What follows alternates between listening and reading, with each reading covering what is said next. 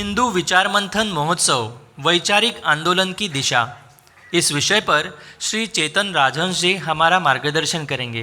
तत्पूर्व हम उनका परिचय समझ कर लेते हैं। श्री चेतन राजहंस जी सनातन संस्था के राष्ट्रीय प्रवक्ता हैं। गत 12 वर्षों से हो रहे अखिल भारतीय हिंदू राष्ट्र अधिवेशन के आयोजन में आपका सक्रिय सहभाग है। आपने हिंदू राष्ट्र स्थापना की दिशा, हिंदू राष्ट्र स्थापना हेतु हिंदुओं का संगठन करे, इस ग्रंथ का संकलन भी किया है। आपका आध्यात्मिक स्तर 68 यानी 68% है। मैं आपसे अनुरोध करता हूँ कि आप हमारा मार्गदर्शन करें।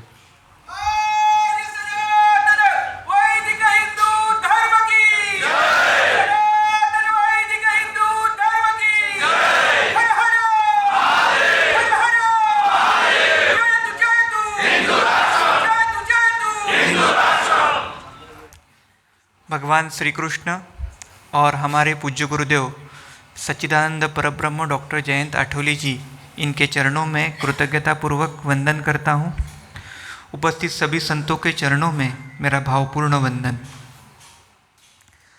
व्यासपीठ पर विराजमान सभी मान्यवर और आप सभी धर्म बंधुओं को मेरा सादर प्रणाम। वादे वादे जायते तत्वबोधा, यानी वाद संवाद की परंपरा से अंतिम सत्य का तत्वबोध प्राप्त करना, यह हमारे सनातन भारत की परंपरा रही है। और इसीलिए भगवान श्री कृष्ण और अर्जुन, इनका जो संवाद हुआ था, उससे श्रीमद् भगवद गीता उत्पन्न हुई।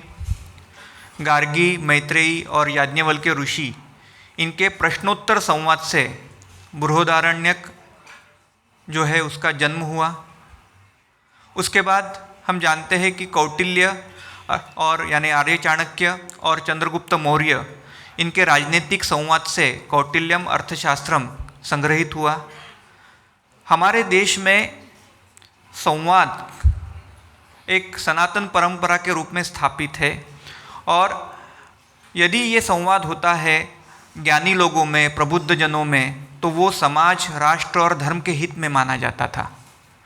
परंतु आज दुर्भाग्य से जो media, social media, TV media या फिल्म मीडिया या एकेडेमिया या आजकल जो लिट फेस्टिवल्स होते हैं, उसमें जो चर्चाएं होती है, जो संवाद होता है, वो सेकुलर तत्वों के आधार पर होता है। और इसीलिए वहाँ जो चर्चाएं होती है वो एजेंडा बेस्ड प्रोपोगंडा के आधार पर होती है। ये एजेंडा भारत विरोधी शक्तियों ने निश्चित किया होता है, और इसीलिए इन चर्चाओं से कोई तत्वबोध नहीं होता है या कोई देश और धर्म के हित में कार्य नहीं होता है। आज हमने ये जो वैश्विक हिंदू राष्ट्र महोत्सव के अंतर्गत ये जो विचार मंथन महोत्सव का आयोजन किया है, उसका एक ही कारण है कि आज आप सभी के उपस्थिति में, आप सभी के संवाद के माध्यम से हम हिंदू राष्ट्र के या देश और धर्म के हित में ये संवाद करें, और इसी दृष्टिकोण से आज का यह आयोजन है। इस विचार मंथन महोत्सव को प्रारंभ करने के पूर्व कुछ सारगर्भित सूत्रों पर मैं टिप्पणी करना चाहूँगा। जैसे हमें अभी जो मुख्य हमारा चुनौती के रूप में हमें जो दिख रहे हैं वो बौद्धिक चुनौती है। मैंने जैसे बताया कि आजकल जो सारी चर्चाएं होती है वो एजेंडा बेस्ड प्रोपोगंडा के आधार पर होती है, और ये एजेंडा जो होता है ये फैलाने वाले कोई व्यक्ति नहीं होते हैं। ये व्यक्ति दिखने में आपको व्यक्ति लगेंगे, लेकिन ये देश विरोधी या सनातन धर्म विरोधी शक्ति के रूप में कार्यरत होते हैं। हमें वो अभिव्यक्ति लगते हैं, कोई एक व्यक्ति रखकर काम कर रहा है ऐसे लगता है, वास्तव में वो देश विरोधी इकोसिस्टम के सदस्य होते हैं। जैसे हम लोग चर्चा करते हैं कि ये इकोसिस्टम जब देश विरोधी है तो ये कौन सी इकोसिस्टम है। मैं आपको बताना चाहूँगा, सेकुलरिस्ट, कम्युनिस्ट, जिहादिस्ट या मिशनरिस्ट, ये सारे लोग जब एकत्रित आकर काम करते हैं तो ये एक देश विरोधी इकोसिस्टम हो जाता है। आजकल अर्बन नक्सलवाद ये एक शब्द बहुत ज़्यादा प्रचारित होता है, लेकिन महाराष्ट्र में जो अर्बन नक्सली पकड़े गए थे ये चारों, उसमें सेकुलरिस्ट भी थे, कम्युनिस्ट भी थे, मिशनरिस्ट भी थे और जिहादिस्ट भी थे।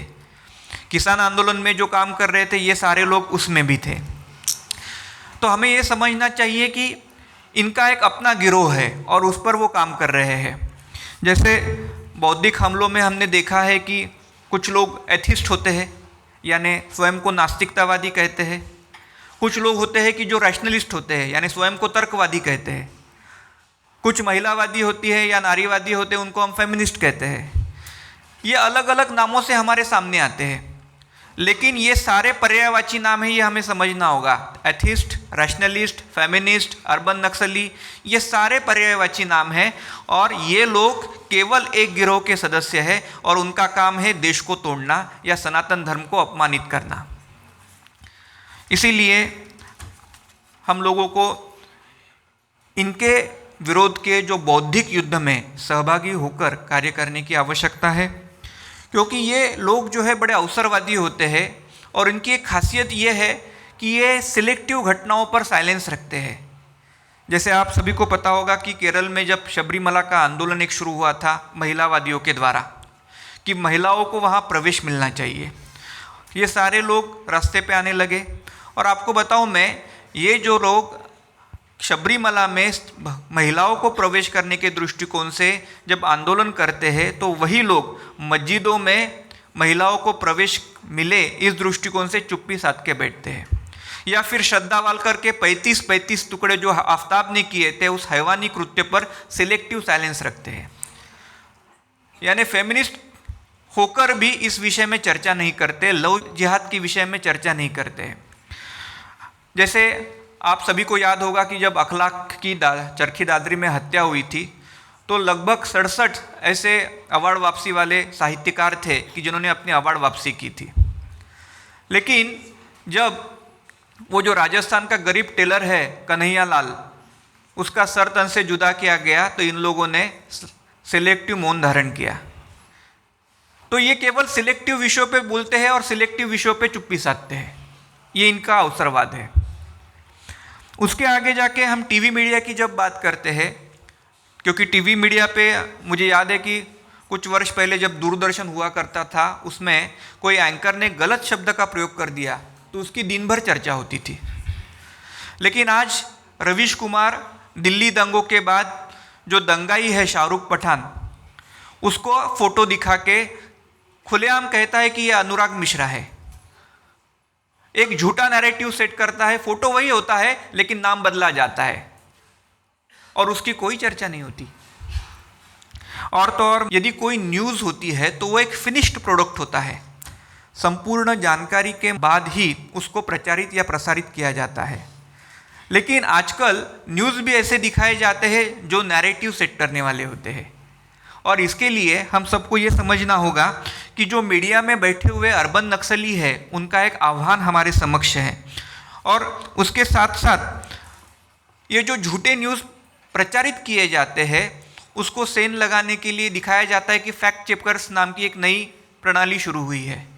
लेकिन आपको बताऊं मैं कि ये फैक्ट चेकर्स भी ऐसे होते हैं कि जो फैक्ट चेकिंग के माध्यम से सच्ची घटनाओं को झूठ बताकर दिखाकर फैक्ट चेकिंग का अपना कार्य करते हैं। और ये इसलिए भी महत्वपूर्ण है, जैसे नुपुर शर्मा का एक प्रकरण हुआ था, तो नुपुर शर्मा के प्रकरण में आप सभी ने देखा होगा कि पूरे देश में उसके विषय में जो वातावरण निर्माण करने वाला कौन था, फैक्ट चेकर मोहम्मद जुबैर। और उसको कर्नाटक की गवर्नमेंट ने, कांग्रेस गवर्नमेंट ने इस वर्ष पुरस्कृत किया। आज ये पूरा इलेक्शन चुनाव का चल रहा था, उस इकोसिस्टम का एक व्यक्ति था ध्रुव राठी, जो पूर्ण रूप में इंडी अलायंस के बाजू में अपना नैरेटिव सेट कर रहा था। तो हमें ये समझना चाहिए कि टीवी मीडिया में भी बैठे हुए लोग अर्बन नक्सली है और वो उनका एजेंडा हम पर थोप रहे हैं। सोशल मीडिया एक इतना बड़ा व्यासपीठ आज बन गया है और दुर्भाग्य से इसको कोई सेंसरशिप नहीं है। तो कोई भी आके सोशल मीडिया में अपनी चर्चा शुरू करता है, पहली रिएक्शन होती है, पहले तो प्रतिक्रियाएं दी जाती है, फिर परसेप्शन यानी बोध की बात होती है। तो एक इतना बड़ा व्यासपीठ बनने के बावजूद भी उसको कोई सेंसरशिप न होने के कारण हमारे समक्ष उसका एक आह्वान तैयार हो गया है। आगे जाके फिल्म मीडिया की बात करें तो आप सभी को पता है कि पिछले 6-7 दशकों में सनातन धर्म विरोधी नैरेटिव सेट करने का सबसे बड़ा प्रयास यदि किसी ने किया होगा तो वो फिल्म मीडिया ने किया है। आज सद्भाग्य से द कश्मीर फाइल्स या द केरला स्टोरी या अजमेर 92 ऐसे कुछ फिल्में आई है कि जिसने ये जो वास्तविकता है, वस्तुस्थिति का बोध कराने का एक प्रयास किया है। लेकिन इसका भी एक चुनौती हमारे समक्ष है इस फिल्म मीडिया के संदर्भ में। एकेडेमिया, इसके विषय में भी चर्चा होनी चाहिए, क्योंकि एकेडेमिया, यूनिवर्सिटीज़ ये ऐसा एक क्षेत्र है कि जो विद्यार्थियों को, यानी जो भारत का भावी नागरिक है, उसकी वैचारिक धारणा बनाने का काम करते हैं। लेकिन वहाँ भी प्रोफेसर साईं बाबा जैसे कुछ प्रोफेसर बैठे हुए होते हैं कि जो अर्बन नक्सली विचारों से विद्यार्थियों को प्रभावित करते हैं और देश विरोधी कृत्यों में उन्हें कार्यरत करते हैं। तो ये भी एक आह्वान हमारे समक्ष है। हमारे समक्ष और एक सबसे महत्वपूर्ण आह्वान है वो जुडिशरी का, न्यायपालिका का, क्योंकि न्यायपालिका में भी अर्बन नक्सली विचारों के न्यायाधीश बैठे हुए हैं और वो प्रतिदिन बेंच पर बैठकर सनातन धर्म के विरोध में निर्णय दे रहे हैं। इन सब के विषय में, इन सभी बौद्धिक हमलों के विषय में हमें कार्य करना होगा, क्योंकि ये कार्य बौद्धिक स्तर पे, वैचारिक स्तर पे ही किया जा सकता है। हम सब जानते हैं कि अभी ये काल, पिछले 10 वर्षों का यदि हमने अभ्यास किया होगा तो हमें ध्यान में आएगा कि पिछले 10 वर्षों में सबसे ज़्यादा पोलराइजेशन हुआ है, वैचारिक ध्रुवीकरण हुआ है। हर क्षेत्र में ध्रुवीकरण हो रहा है। पहले तो समाज में हो रहा था, अब मीडिया में हो रहा है, फिल्म मीडिया में हो रहा है, राजनीति में हो रहा है, क्रीड़ा क्षेत्र में हो रहा है, कला विश्व में हो रहा है। तो हर क्षेत्र में पोलराइजेशन हो रहा है और अगले 5 वर्ष इस दृष्टिकोण से महत्वपूर्ण है। तो हमें अपने लेवल पे, हमारे दृष्टिकोण से अपना बौद्धिक वैचारिक योगदान इस काल में देने की आवश्यकता है। हमें अलग अलग प्रकार का बौद्धिक योगदान इस काल में देना पड़ेगा। जैसे एक कहे स्ट्रैटेजिक नैरेटिव सेटिंग करना, क्योंकि हम सब जानते हैं कि 1947 के बाद भारत में मीडिया हो, एकेडेमिया हो या साहित्य का क्षेत्र हो, सभी में जो दबदबा रहा है वो कम्युनिस्ट विचारों का रहा है। और ये लोग जो थे, इन्होंने सभी विषयों को अपने विचारों से प्रेरित करके, प्रभावित करके हमें उनकी विचारधारा थोप दी है। ऐसी स्थिति में यदि उनका मुकाबला हमें करना है तो हमें स्ट्रैटेजिक नैरेटिव सेटिंग करना होगा। जैसे आज आप सभी को पता होगा कि वक्फ बोर्ड की जब बात होती है तो वक्फ बोर्ड जब टीवी चैनल पर दिखाया जाता है तो वहाँ के एंकर, वहाँ के जो जिहादिस्ट डिबेटर होते हैं वो कहते हैं ये तो धार्मिक सूत्र है, वक्फ मंड जो है वो अल्लाह की भूमि है। और वो धार्मिक सूत्र इस प्रकार से बताते हैं कि पूरा जो मुस्लिम जगत है उसको लगने लगता है कि भाई धार्मिक सूत्र महत्व का, ये तो भूमि भगवान की है उनके। वास्तव में इस प्रकार का नैरेटिव जब होता है तो समाज पर उसका असर उनके समाज पर होता है। हमें अपने भी नैरेटिव सेट करने पड़ेंगे। हमारे यहाँ तो कहाँ है, सब भूमि गोपाल की। यदि सारी भूमि ही गोपाल की है तो फिर कहाँ आया दूसरों का ये। तो हमें अपने भारत के विषय में जब चर्चा करते हैं तो हिंदू जगत को, यानी जो श्रद्धालु समाज है, उनके सामने यही भाव को रखना पड़ेगा कि ये भूमि सारी गोपाल की है तो ये किसी अन्य की हो नहीं सकती है। उसी प्रकार से सनातन धर्म को नष्ट करने के जो बृहद प्रयास आज हो रहे हैं, जैसे आप सभी को पता होगा कि डिसमेंटलिंग ग्लोबल हिंदुत्व नाम का एक कॉन्फ्रेंस अमेरिका में हुआ था, या फिर अभी सनातन इरेडिकेशन कॉन्फ्रेंस जो चेन्नई में हुआ था। ये सारे आयोजन कौन कर रहा है? ये सारा आयोजन जो है यही इकोसिस्टम, कम्युनिस्ट इकोसिस्टम कर रही है और उनका उद्देश्य स्पष्ट है कि सनातन धर्म को नष्ट करना। उसके लिए अलग अलग प्रकार के नैरेटिव सेट किए जाते हैं, जैसे हिंदुत्व और हिंदू अलग अलग है, सनातन और हिंदू अलग अलग है। इस प्रकार से जो नैरेटिव सेट किए जाते हैं और आपको जो है एक प्रकार से गुमराह किया जाता है। और एक इसमें जैसे अभी मंदिरों में एक पिछले साल से एक मुहिम चली है कि ड्रेस कोड लागू हो, तो सबसे ज़्यादा विरोध करने वाले लोग कौन होते हैं? यही इकोसिस्टम के लोग होते हैं, क्योंकि उनको सनातन धर्म के लोग या सनातन समाज धर्मपरायण हो, इससे वो आहत हो जाते हैं और सबसे पहला विरोध उन्हीं का शुरू हो जाता है। आपको पता होगा कि कम्युनिस्टों की विचारधारा है धर्म को अफीम मानना। धर्म को अफीम मानने वाले यही लोग केरल में महिलाओं को प्रवेश मिले इसलिए आंदोलन करते हैं। तो ये सारा जो है ये उनके एजेंडे पे काम कर रहे हैं। मैं हरिद्वार में था 2021 के कुंभ में, मैंने वहाँ देखा पूरे भारत में कोरोना ने सबसे ज़्यादा क्षति की थी और हरिद्वार ये पूरे भारत में सबसे कम क्षति हुआ कोरोना का शहर था। हरिद्वार कुंभ के समय भी जो आंकड़े सांख्यिकी सामने आई हैं उसने सबसे कम जो हानि हुई है वो कोरोना के काल में हुई है। इसके बावजूद भी उसको इस प्रकार से दिखाया गया सारे टीवी मीडिया पर कि कोरोना का हॉटस्पॉट बना है हरिद्वार का कुंभ, और एक प्रकार से सनातन धर्म को, सनातन की परंपरा रही कुंभ को और उसका आयोजन करने वाली राष्ट्रवादी सर्ग को टारगेट किया गया। ये बताना मैं यही चाहता हूँ कि इनका उद्देश्य एक ही होता है सनातन धर्म को बदनाम करने का, कि उनके जो पॉलिटिकल एजेंडे है, राजनीतिक एजेंडे है, उसको साध्य करना। और इसीलिए यदि उनका प्रतिकार, उनका यदि मुकाबला हमें करना है तो उसके लिए हमें अच्छी बौद्धिक तैयारी करनी पड़ेगी। और सबसे महत्वपूर्ण तीसरा जो हमें कार्य करना है वो हिंदू राष्ट्र के समर्थन पे अपनी भूमिकाओं को सुनिश्चित करना और प्रस्तुत करना। आज हम सबको पता है कि भारत हिंदू राष्ट्र होना चाहिए। भारत अनादिकाल से हिंदू राष्ट्र था, है और अनंत काल तक रहेगा। परंतु हिंदू राष्ट्र रहने के लिए आवश्यक जो विचार प्रस्तुत करने हैं वो ऐतिहासिक स्तर पर हो सकते हैं, वो बौद्धिक स्तर पर हो सकते हैं, संवैधानिक तर्क उस पर दिए जा सकते हैं। ऐसे अलग अलग भिन्न भिन्न पहलू हो सकते हैं कि जिस पर हिंदू राष्ट्र के समर्थन में और हिंदू राष्ट्र विरोधियों के खंडन करने में भूमिका रखना सुलभ हो सकता है। तो इस प्रकार की अपनी क्षमता के अनुसार, अपने अध्ययन के अनुसार, अपने आकलन के अनुसार, अपनी समझ के अनुसार हमें अपनी अपनी भूमिकाओं को स्पष्ट करना पड़ेगा।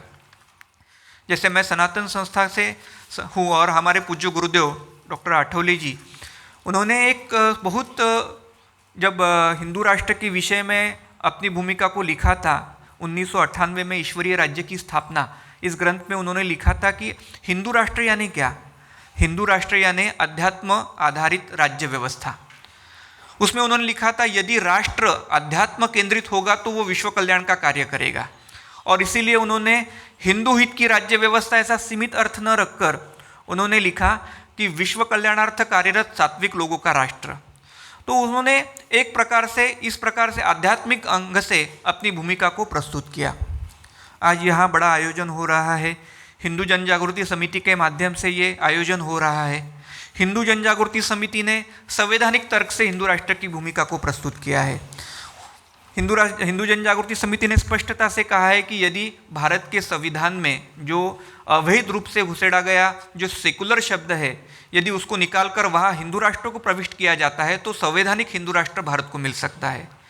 तो इस प्रकार से हर व्यक्ति जो आज यहाँ आया है, हर संगठन आया है या विचारक आया है, वो अपनी अपनी भूमिकाओं को अपने अध्ययन के अनुसार या अपने कार्यशैली के अनुसार सुस्पष्ट कर सकता है और हिंदू राष्ट्र के समर्थन में और हिंदू राष्ट्र विरोधियों का खंडन करने में सुलभ हो ऐसी भूमिकाओं का निर्माण किया जा सकता है।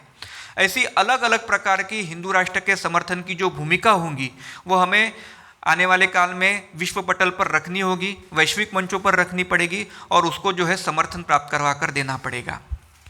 अंत में केवल 2 ही सूत्र आपके समक्ष रखूँगा कि बहुत बार ऐसे बताया जाता है कि बौद्धिक मतभेदों के कारण बौद्धिक समाज जो होता है या बुद्धिमान समाज होता है वो कभी एकत्रित कार्य नहीं करता है।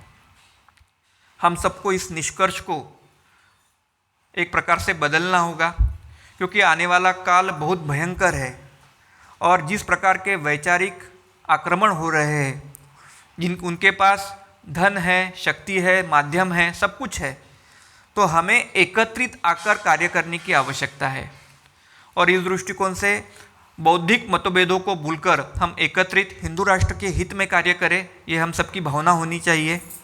क्योंकि भारतीय समाज जो है वो एक प्रकार से आज ब्रेन वॉश्ड है।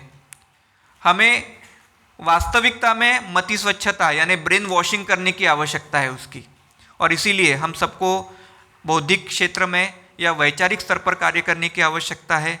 मैं आशा करता हूँ आप सभी इस कार्य में, इस बौद्धिक युद्ध में सहभागी होंगे। आप सभी का पुनः एक बार स्वागत।